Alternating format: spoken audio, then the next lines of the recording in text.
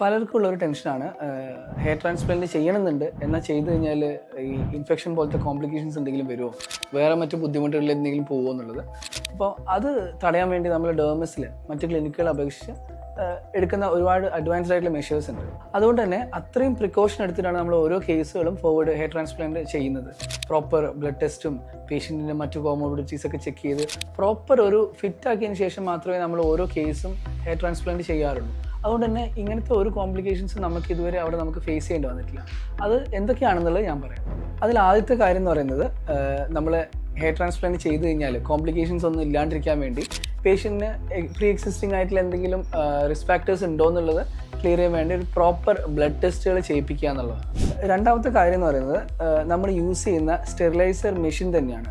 അത് B class എന്ന് പറഞ്ഞ ഒരു ക്ലാസ് ഓട്ടോക്ലേവ് അല്ലെങ്കിൽ സ്റ്റെറിലൈസർ മെഷീനാണ് നമ്മുടെ ഇൻസ്ട്രുമെൻറ്റ്സ് എല്ലാം സ്റ്റെറിലൈസ് ചെയ്യാൻ വേണ്ടി യൂസ് ചെയ്യുന്നത്. അപ്പോൾ മറ്റ് ക്ലിനിക്കുകളെ അപേക്ഷിച്ച് ഏറ്റവും അഡ്വാൻസ്ഡ് ആയിട്ടുള്ള രീതിയിലാണ് നമ്മൾ നമ്മുടെ ഇൻസ്ട്രുമെൻറ്റ്സും മറ്റ് എക്യുപ്മെൻറ്റ്സ് എല്ലാം സ്റ്റെറിലൈസ് ചെയ്യുന്നത്.